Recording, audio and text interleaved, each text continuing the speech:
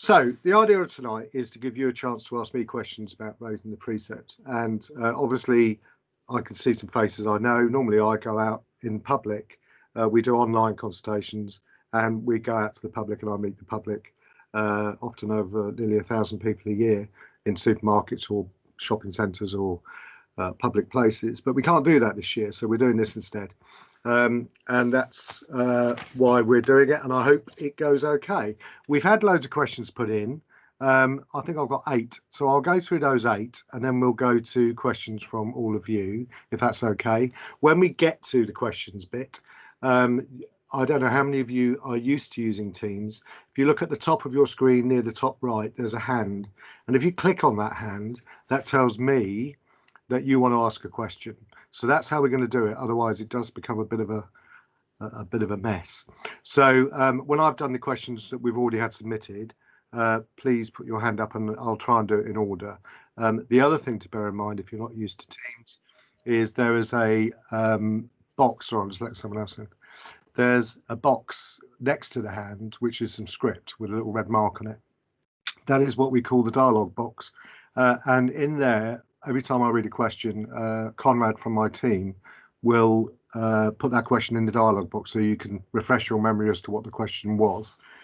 And talking of my team, I have I've got Conrad Astley from my team, who from our media team, with me, and I've also got Julie Strange with me, JS on the screen. She is my treasurer. She does my finances. So if we get asked a really technical question, I might bring Julie in. Right, with that, let's start kicking off. So hopefully you all know that I'm asking the public to pay an extra £1.25 a month, which is the part of a monthly council tax bill which funds the policing. And if approved, that would mean people living in an average Band D property would be paying an additional £15 a year for policing. And just to explain the process, I go to the police crime panel, which is a panel of 16 people, 14 councillors, 2 independent members, who help us. Well, they scrutinise what I do on your behalf, and they will have to approve whether the precept is raised. And I notice that actually we've got at least one of those police crime panel members with us tonight, so welcome to Councillor Pete Barrow. Right, so why am I raising the precept by £1.25? Well, there's 3 reasons really. The first one is to enable the force to meet inflationary costs, external pressures and funding shortfalls, which means we can present a balanced budget. And when I say inflationary costs, obviously there are various parts of policing that I have no control over at all. One of those is police officers' wages, and a lot of people are surprised to hear that, but it's a government decision across the whole of England and Wales. And if the government announce a 2% pay increase, which they have done for several years, I have to find the money for that, and that's quite a lot of money. And I have no control over what police officers are paid. Likewise, with police staff, that is agreed nationally, and I have to find the money to pay for that. Now, until about 4 years ago, that was funded by government. So the government would announce a 2% pay rise for nurses or 2% pay rise for police officers. But alongside that, they would increase the grants to the police to pay for that, and they stopped that about 4 years ago. So every time you see a pay rise for police officers, that's money out of our budget that we use to police for Dorset, which I hadn't. Well, when it first happened, I hadn't budgeted for it because we didn't expect it. But now we tend to budget for a 2% pay rise, which is probably what will happen this year as well. The second reason is to meet additional and complex demand.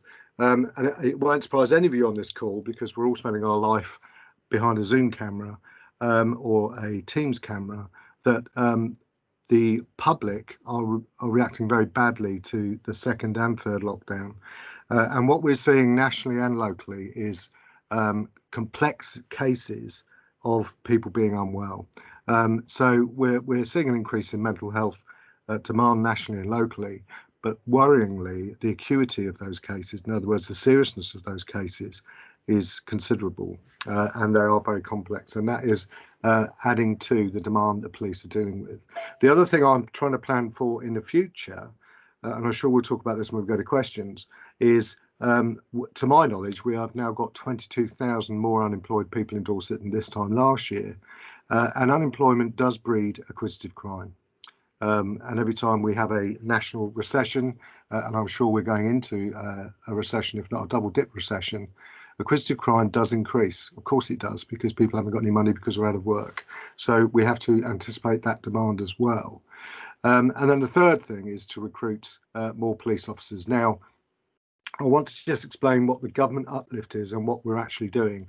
The government uplift in Dorset is that the government funded last year and this year, 2021, 49 extra officers. We actually last year recruited 64, and I want to recruit another 15 extra this year, another 64. So in 2 years, 30 officers are over and above the government uplift. Because although the government uplift is welcome, it still doesn't take us back to the numbers we had in 2010.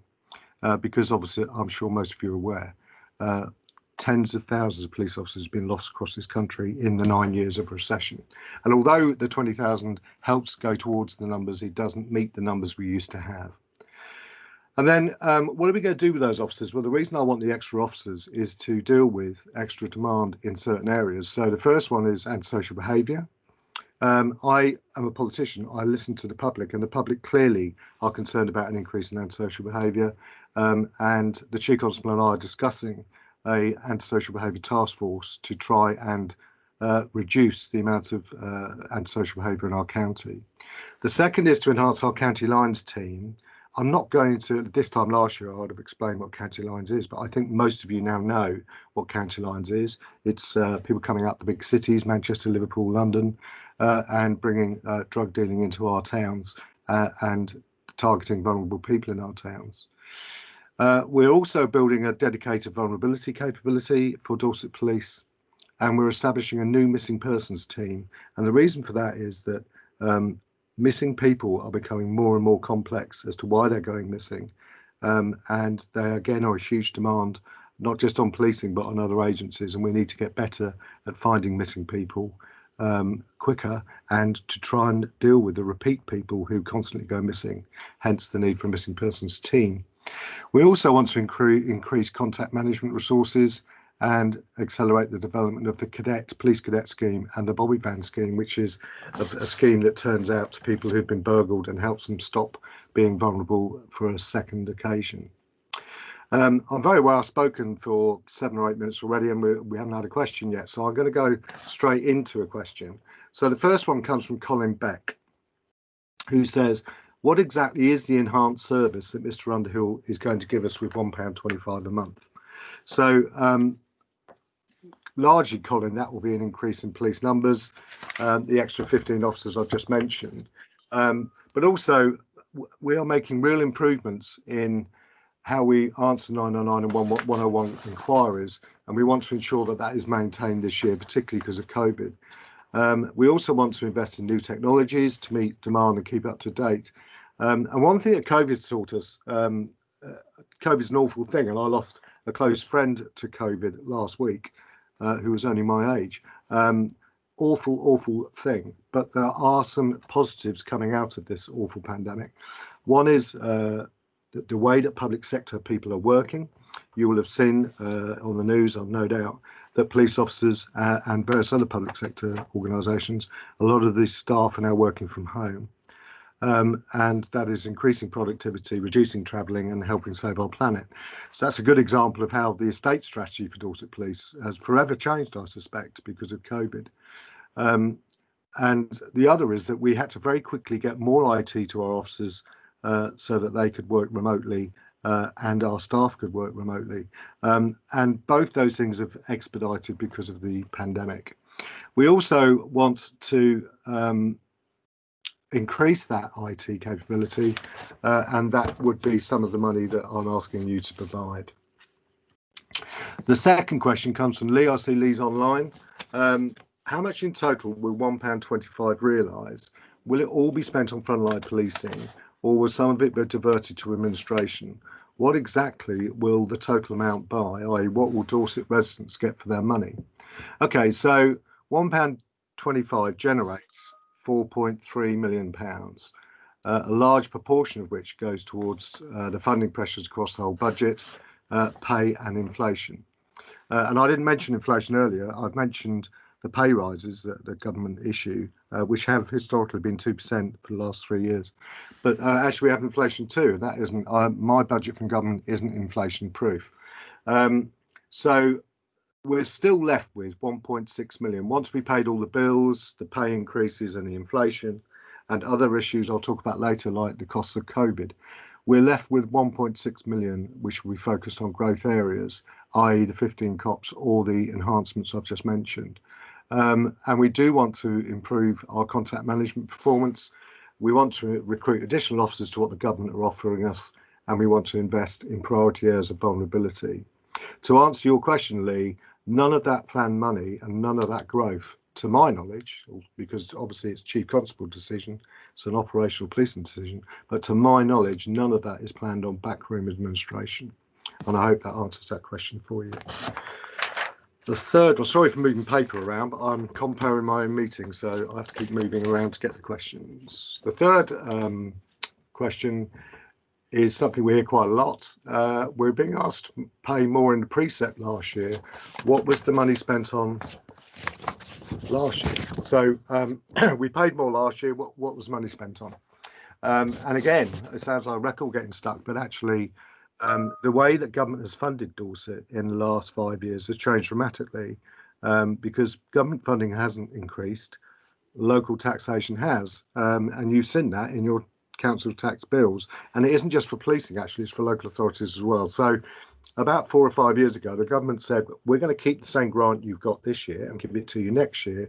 The extra has to be raised from local taxation. What that means is that over 3 or 4 or 5 years, the amount of money paid by the local taxpayer towards policing in Dorset has increased dramatically by about 6%.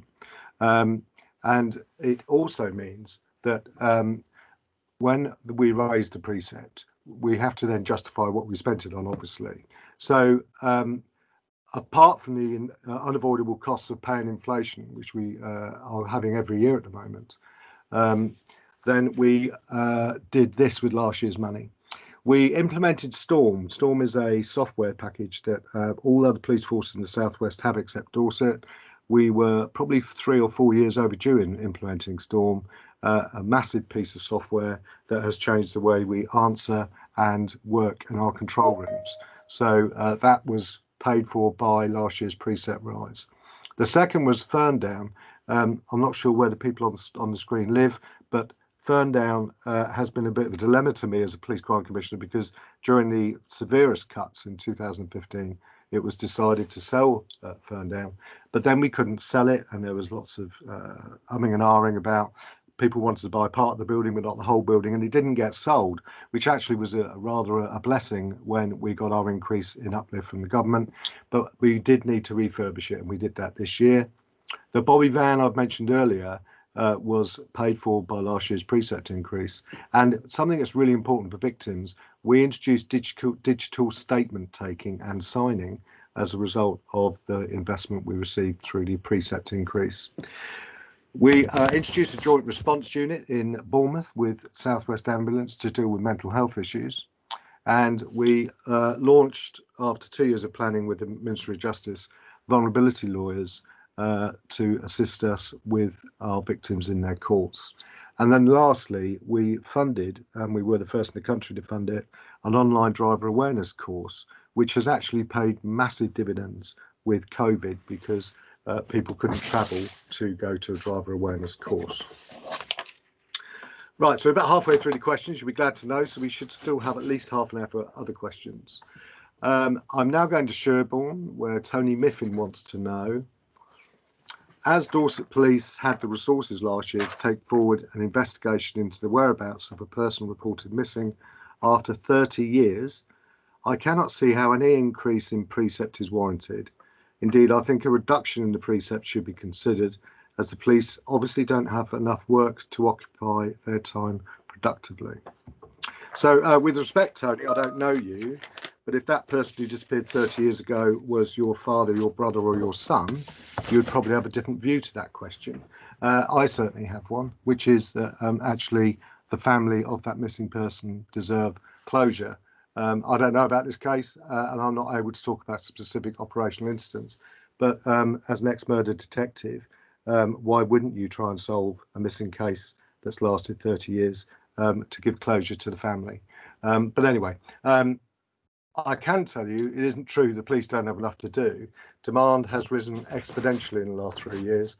And if anyone followed the tweetathon we did at the end of November, for those who don't know what that is, for 24 hours, we tweeted, or the police tweeted, I obviously it's operational, not mine, but the police tweeted examples of what calls they received for 24 hours in November, or a 12-hour period, I think. And if you followed that, and you still can, if you go back to the Twitter feed, you'll see just how busy the staff were. And in those 12 hours, staff answered 187 emergency calls, 999 calls, 321 101 calls, and 116 emails. And they involved anything from missing people inquiries, emergency calls about suspected hair coursing, drug dealing, assaults, and possible breaches of COVID-19 regulations. But it does highlight just how busy the police can be. And actually, apart from the first lockdown, when we did see a massive drop in demand, because that was a full lockdown where nobody left the house. Apart from that, policing has had to police COVID and deal with normal day-to-day business, which has put the police under quite a lot of pressure, as I'm sure you know. And I'm going to give a quick plug, actually, because we're coming to the end of the questions. If you haven't done the survey yet, please do go to dorsetpolicefunding.uk to tell us what you think about the Precept rise. Right, so our next question is from Elizabeth Lewis, who asks, when we in BCP are having to pay more council tax, the BCP is Bournemouth, Christchurch and Poole, one of our two unitaries in the county. When we in BCP have to pay more council tax already, and given that the police definitely need more funding since the government made so many cuts, why can't the government now supply the necessary funding? Having a shortage of police officers and a shortage of resources will only cost the government more in the future, with all the repercussions. Well, don't start me on this one, Elizabeth. So I couldn't agree more. I must admit, when I became Police Crime Commissioner, I was absolutely shocked to find out that roughly 50% of the police budget came from the police council, from the local council tax. I had no idea that it was that high, because I come from Sussex, and London, where it is nowhere near as high. That leads me to 2 points. One is that we are really badly funded in Dorset. The funding formula, as hopefully some of you know, because I've been campaigning against it for 7 years, does not favour Dorset. We're about £4 to £5 million out on the funding formula, and that equates to about 150 extra police officers. So the funding formula needs changing. And of course, they were going to change it 2.5 years ago, and it would have favoured us by about £4 million, but the government stopped that review.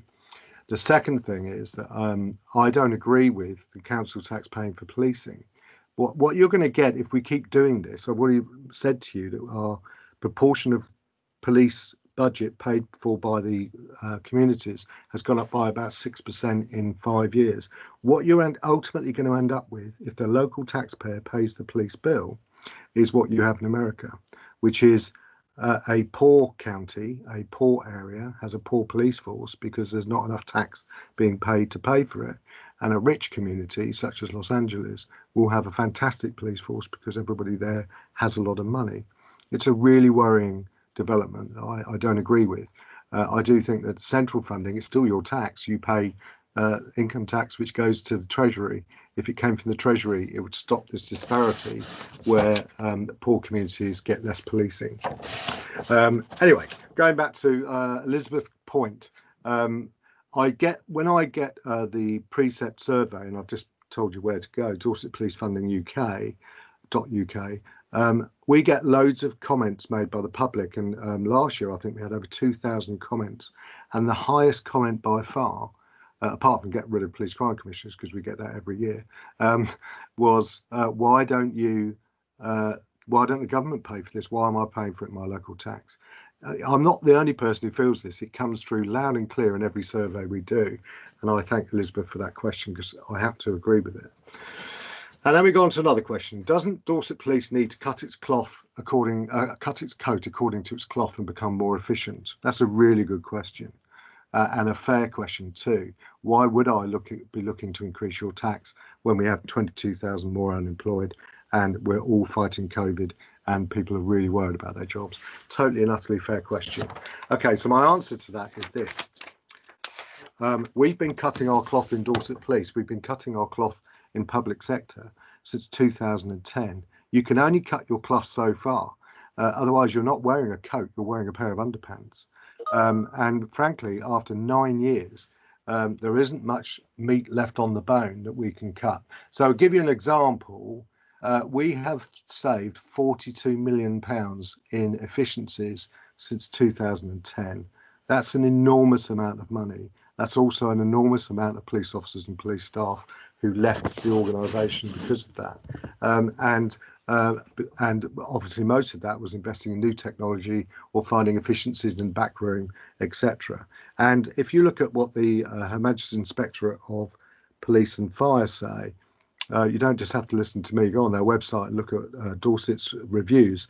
The HMIC FRS say that Dorset is extremely good and has been extremely efficient in finding its savings, and that's why we have 11 out of 11 gradings of good, which is unusual compared to all other police forces. So I do hold my head high. I do think we have found numerous efficiencies. Would I like to find more? Yes, but there aren't many corners we haven't looked in with a torch. So it's a fair point. It's one that I would robustly defend after 9 years of austerity. And now the last two questions. I talked a little bit about the pandemic earlier, and we've got another question here about it. A member of the public wants to know, how has COVID-19 affected Dorset Police and how has it created additional costs? So COVID-19, well, firstly, let's just talk about the positives, if there are any positives from this awful disease. Crime has gone down dramatically during each of the lockdowns, as you would expect. I would estimate that Dorset Police is going to, at the end of this year, end of April, March, April, probably have a 5 to 10% decrease in crime. And that's mainly because of the lockdowns that we've experienced.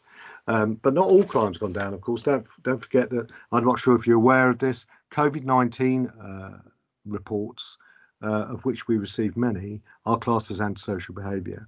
So although crime in general has gone down massively across Dorset, and I'm sure our figures this year will reflect that, antisocial behaviour has gone up dramatically because of COVID-related calls. So that's the first thing. We've had a reduction in crime because of COVID. We've had an increase in antisocial behaviour because of COVID. And the other point I'd like to make, which is really important and people don't think about, is that this organisation I am proud to scrutinise and oversee has lost police officer and police staff due to the pandemic. And we've lost some good people this year who unfortunately have died. We've also lost a lot of staff through abstractions. And the reason for that, just to explain why we have a problem, is that we have certain groups of people congregating together by necessity. One is in the custody suite. You have a vulnerable person brought into a custody suite who's been arrested for something, and you have to have a band of professionals to look after that person. So if we get an infection, a COVID infection in the custody suite or in the control room, which answers the calls from the public, you can suddenly end up with double figures of staff either ill with COVID or self-isolating, which is why I have constantly in the last week or so been campaigning saying police officers need and police staff need more vaccinations, and if they can't have vaccinations because we don't want to take it away from the vulnerable and the elderly, then give us some more tests so that instead of a whole shift self-isolating because one of them has been poorly, we could quickly test the other 9 and make sure that they are okay and bring them back to work. So we have had abstraction issues because of COVID, and I checked yesterday, I think we're between 10 and 12% abstractions at the moment. The other thing that COVID brought us is additional costs. And I know this was originally quoted in my original press release about the Precept. We've had additional costs of PPE, we've had changes to estate costs to make us COVID secure, and additional IT costs I've already talked about. A good example is the witness care unit. These look after victims and witnesses in court. They had to, by necessity, work from home. They didn't have the IT, and so we had to very quickly buy some laptops to get them working to look after our victims and witnesses. So we've had quite a few IT costs unexpectedly because of COVID. And then we've had the COVID patrol cars that you've probably heard about. There are normally 3 COVID cars patrolling Dorset, enforcing the law on behalf of the government. Now, some of those things, the costs do come back, but not all of them. So, and if someone wants to ask a question on that, I'll bring Julie in to say what money has been reimbursed and what hasn't. But I hope that answers your question as to how has COVID affected us. It's brought some good practice. It's also brought some travesty in losing some of our staff. And our final question before we go to open questions. We hear a lot about these new police officers. When can we expect to actually see them on the streets? Well, they are on the streets already because we started recruiting them nearly a year ago. The Chief Constable and I always welcome new recruits to Dorset Police, whether they're police staff, PCSO or police officer. And we already have some of those new police officers have passed out and are now probationers in your communities. When I said earlier about what we want to enhance, some of those enhancements will come from those extra officers, and they are desperately needed in our communities, and most of them will go frontline. Obviously, the decision as to where the police officers go is the Chief Constable's. All I'm trying to do, especially by raising this precept, is to give him the flexibility of another 20 or 30 officers over and above what the government have given us in the uplift. And I will just give a quick plug to Dorset.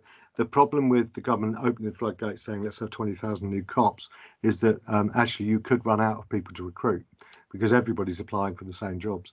And so what we did, we were one of only 13 police forces in the country to bring in a degree holder entry programme, enabling the force to recruit the brightest and the best. And we also are recruiting detectives straight into the force, which is very unusual and hasn't been done before. So they are the questions that were sent in. I hope you got a flavour there. There weren't all easy questions. I think you'll agree. A couple of those were quite challenging for me to answer. Now let's go to the panel. I think what I'm going to do, because I'm going to be trying to answer questions off the hoof, if that's the right expression, plus look at the text bar, plus look at the hands. So I'm going to ask Conrad on my behalf to tell me who the next question person is. Otherwise, because we had 3 or 4 in a row, I'll lose track of who was next in the queue. So the first person coming in is Lee. Good evening, Martyn. Thank you for setting this up. Most informative. Question is from me. You've settled on £1.25. I guess that is a whole raft of considerations in there. The money you want to raise, what you think the taxpayer can stomach, will stomach, a whole load of other concerns as well. My question for you is, if you didn't have, what is the money you would like? We nibble away at this every year. Actually, what would you like to raise to solve the problems and give the level of policing that you would like to give? I've just been playing with some figures here. And I think if we were to be asking a £1.75, for example, that would bring in 6 million. So those are the sort of figures we're looking at. I don't want to pay more tax, I can assure you. But what would you like in the ideal world in terms of an amount? Really, really good question, and one I wasn't expecting. So I'm just mulling that through in my head. I think I would. I'll convert it to money in a minute. I've been 42 years in policing, and I know that even with the government uplift, Dorset Police will be too low. I think the right figure for Dorset Police in the amount of officers is about 1,400. And when at his lowest peak, we were down to less than 1,200. And I think we need the equivalent in police staff too. So how much do I need? Well, 30 million. I'm just trying to work that out. I would think if a one hit, if I had about an increase of, crikey, 80 or 90 pounds, instead of 15, that would probably take us to the levels that Dorset actually needs to protect its vulnerable people. And that's because if you remember, most of us were here for the Olympics in 2012, that's the highest Dorset Police's numbers have ever been, deliberately because of the Olympics. And so officers who were looking to retire that year were kept on, and we recruited extra officers so that we had the optimum amount of officers and staff for the Olympics, because we were the second biggest hub after London, as you know, because of Weymouth. And at that time, Dorset Police was employing 1,500 cops. I think that was too high. I don't think we need 1,500. I do think we need 1,400. And I don't think the police uplift will take us to that. I'm going to bring Julie in because I've given an explanation of how many numbers I want. So I'm just going to ask her to convert that for me into a rough answer to Lee. Julie? So how much was it that you said you wanted? An extra? I would think we need another 150 police officers, and I would think another 100 staff. And that takes us to the ideal numbers. So that would be significant increases. Let me have a look. So you were probably looking at maybe £10 million in cash for all of that, which would be an extra about an extra £35 on the council tax. That's what's cheaper than I thought. I said 80. You're probably saying about £50. Yeah, so all of that plus on costs. Yeah. That's in one hit. That'll be in one hit. But the problem with that, Lee, which I've learned to my cost as a police crime commissioner, is that just when you think you've got a level playing field, it all changes. A bit like when the government suddenly said we're going to give a 2% pay rise, and by the way, we're not funding it. They've always funded it. I've been in policing nearly half a century, and the government always funded police awards until 3 or 4 years ago.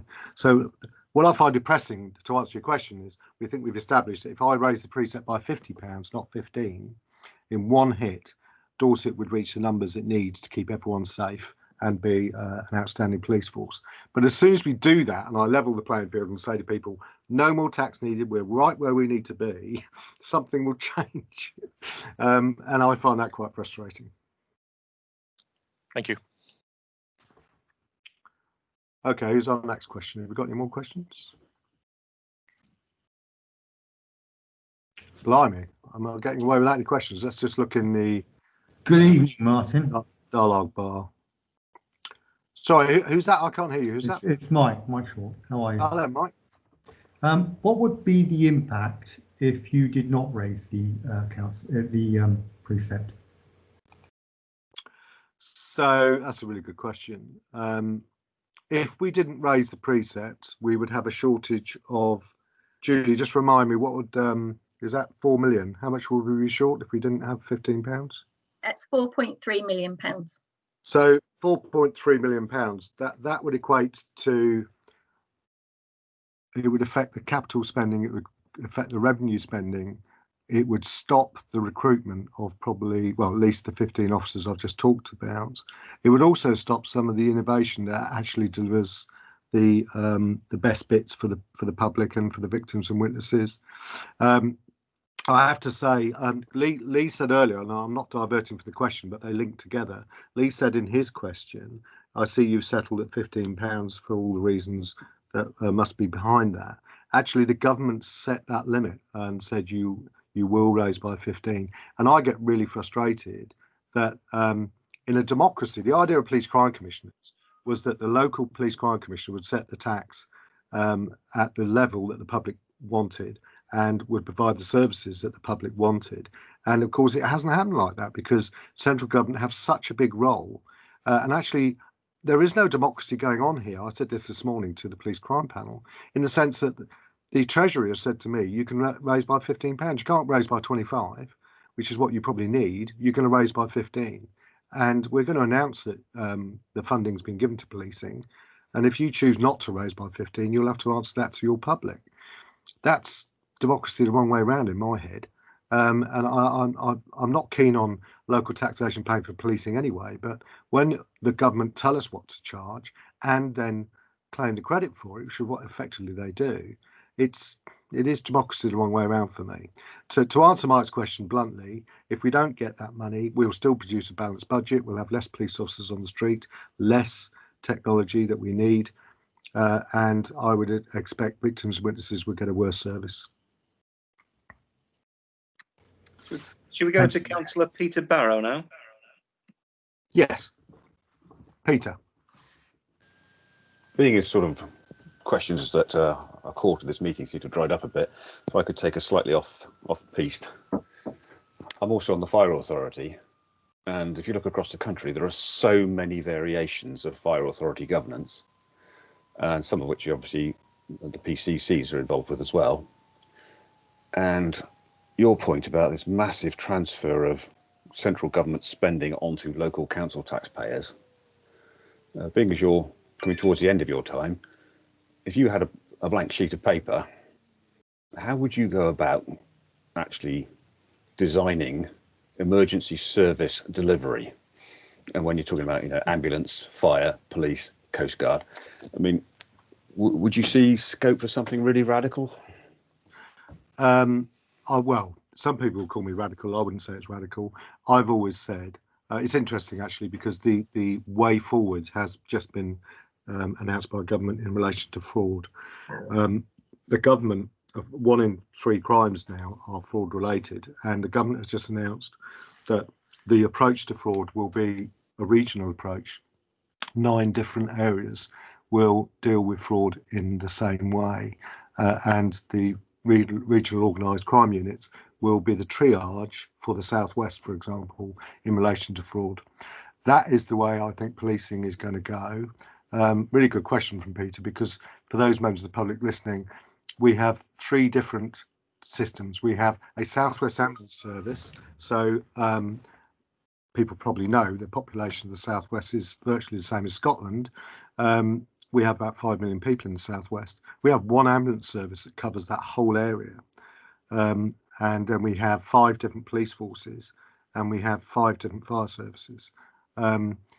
And the fire services in the Southwest actually are probably the most disparate in the country, because of the 5 areas, 5 counties, 2 of them are co-joined as fire services. So Somerset and Devon, and Wiltshire and Dorset. So to answer your question, Peter, I have been in public sector for 42 years. I would redraw the graph and say a Southwest Regional Police Force, a Southwest Regional Fire Service, and a Southwest Regional Ambulance Service. That would, I think, give the best service to the people of Dorset and the people of the Southwest. That's not that controversial, actually. People have been talking about it for years. Making it happen is going to be interesting. And actually, I don't know how many people know, the government have done a review into police crime commissioners. The Home Secretary is publishing that review next week. And we already know from leaks that have already been made that they are going to suggest that all fire come under police crime commissioners. Now, that's going to be really interesting in the Southwest, because how can a police crime commissioner for Dorset oversee a fire authority that you sit on that is Wiltshire and Dorset? And how can Alison Hernandez, the police crime commissioner for Devon, oversee a fire service which has 2 different police forces and 2 different police crime commissioners? So I wait the PCC review with interest, because it doesn't, the square hole doesn't fit the round peg in the Southwest, because we're hearing that is the mandate, that in the next 4 years, the expectation is all police crime commissioners take over fire. So we'll wait and see, because I don't know how they're going to do that in the Southwest. I really don't. Thank you for your answer. I mean, I've spent 42 years in fire, so I've been sort of suffering this for a long time. We need to stop messing around and actually come to some long-term solutions which are actually going to deliver the best value for the residents of our area. So yeah, I agree. But actually, the big dilemma for me, always has been, is 41 different ways of doing things is too many, frankly. 9 different ways of doing things, I think most people could accept. The problem you've got with the 9, if we had Southwest Ambulance, Fire and Police all Southwest, is where's the accountability and where's the democracy there? Because you couldn't have 1 police crime commissioner policing 5 million people and representing 5 million constituents. That really is a stretch too far. So you're probably going to have to change the governance model to have a regional response. A really interesting question. Thank you. Okay, thank you. Any other questions?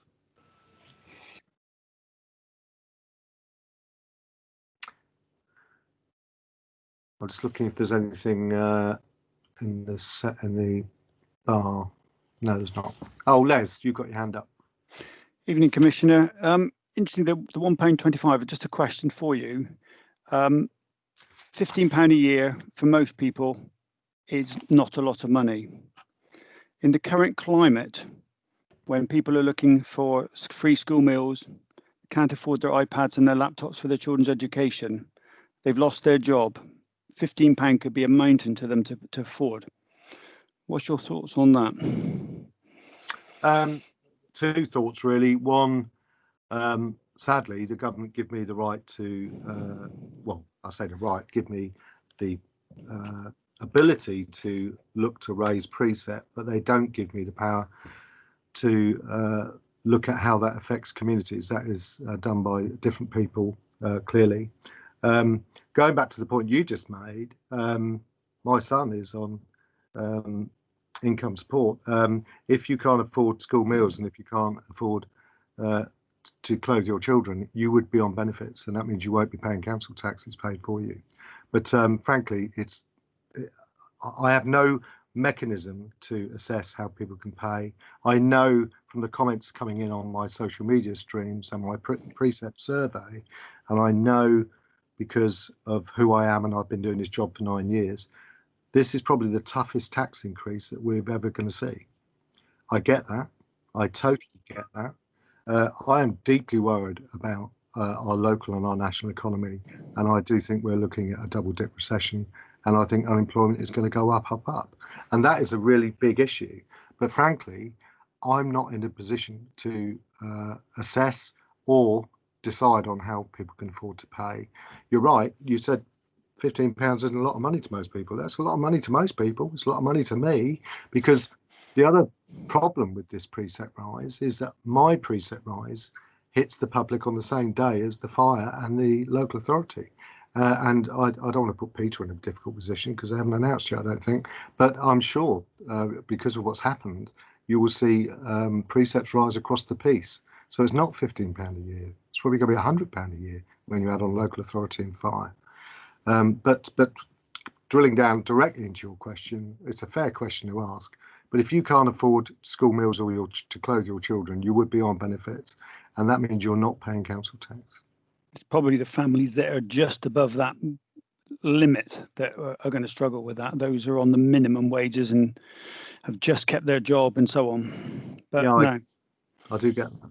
And you'll have other services such as the water and the electric also putting their costs up because they have struggled with money. So all in all, it's going to hit the consumer quite hard this year. It is, and then you've got Brexit. I was asked today, actually, how has Brexit affected policing in Dorset, and it hasn't.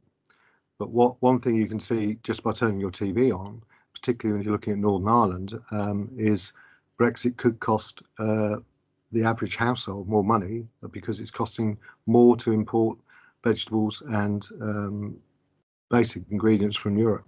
So yeah, I totally get what you're saying. I'm deeply worried by my financial future, let alone everyone else's. It's a worrying time for everyone. It's terrible, really terrible. Thank you. Should we go to Mike now? Mike. Sorry, Martyn. First of all, thanks very much to you and your team for laying this on this evening. It's really useful. This is a totally operational question. I freely admit that. However, it is also linked to your operational partner, Alison. I note that she is proposing to provide a one-off payments to special constables. What's your view on that? Yeah, I noticed that, and to be fair, she's doing that as a pilot in conjunction with the Home Office, which is your sort of top cover, really, because you've got an umbrella above you. We've looked at that 4 times, to my knowledge. There are tax implications if we give cash to people who volunteer to work for us, and those tax implications are quite complicated. and they are quite significant. And every time we go down this road of do we pay our special constables, we stop it because of the tax implications. The last thing I want to do, which is why I haven't done it, is to reward. We have some special constables who are outstanding. I mean, they deliver thousands of hours a year policing this county for nothing, but their gesture of helping the society, and it's just absolutely outstanding. What I don't want to do is give that person £1,000 payment as a thank you, and then end up giving them something like a £3,000 tax liability. And that's the complication. Me giving money to someone to say thank you for your public service can actually cause more problems than it solves. And I'm still exploring it. We're all exploring it. Alison approached the Home Office and said, can I do this and see if it will work as a pilot? And I'm watching it with interest, because I do want to reward our COVID heroes. All of the police force, all the police staff, all of our volunteers are COVID heroes, putting themselves at risk to keep us safe. But I don't want to end up giving a perverse incentive by getting it wrong. Thank you. Let's go to Lee Hardy now. Could I just go back to a couple of things you mentioned earlier, Martin? Firstly, 15 new officers being recruited. Clearly good news. Is that a net gain, or does that just cover wastage, natural wastage within the team? And also, you mentioned 14, I think it was 1,400 officers would be your perfect world. That can't be achieved in one hit, clearly, because of the cost implications. But is there a long-term aspiration to get there? Is there a plan that's moving us that way? Or are we really just fighting the nearest dog to the sledge every time? Great question. So the first thing is, it is a positive gain. It isn't because of wastage. We lose about 80 police officers a year through retirement or people moving on. So we would be recruiting 95 to replace the wastage and give us an extra 15. So it is 15 on top. The point about the 1,400, to be honest with you, and I'm not being political at all. I think most people know I'm not political in this environment. I've lived hand to mouth as police crime commissioner for 9 years. I literally have lived hand to mouth, and not once have I had the ability to think, let's flex the money and give the public just a bit more of what they want. I haven't been able to. The government are very good at what they do. They give you enough money to maintain your service. They don't give you the bit on top. And because, as I talked earlier about the limits, really good point you've raised, because the government have said to me, you can raise by 15. If they gave me the flexibility to say, the government think you should raise by 15, but we're going to give you the law to go up to 25, then I could put the icing on the cake. I've never had that ability in 9 years. And so I didn't quite catch your expression about the shovel and the spade, but basically I'm living hand to mouth every year. And I find that really frustrating, because that isn't the idea of police crime commissioners. It isn't. I'm there to be able to be held to account by the public and provide a level of service below or above what they expect, and let the ballot box decide. That isn't the case. Every year I am hand to mouth trying to maintain the police service because of funding issues. And that's not really being political, it's because we went through a massive austerity. The country is broke. Thank you.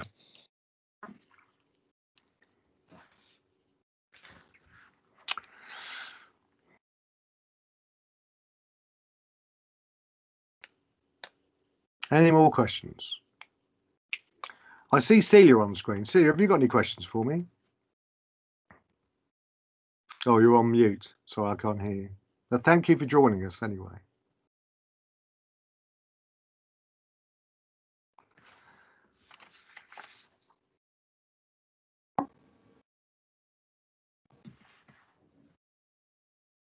No, still can't hear you.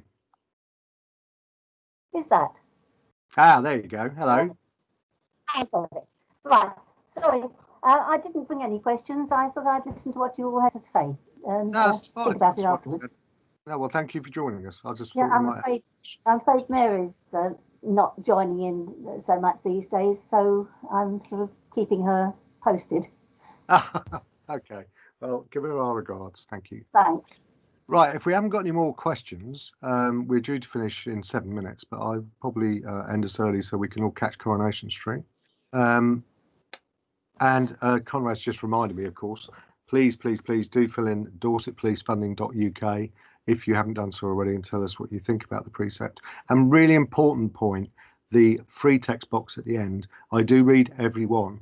It takes me about a month, but I do read them, and it's really important I know the feedback from the public as to what they think about their policing and the precept rise. Ladies and gentlemen, there are no more questions, so I'm going to end this by saying thank you. And thank you for the questions. Some of those weren't easy, but that's democracy, and thank you for your help. I see Sue's just typing something.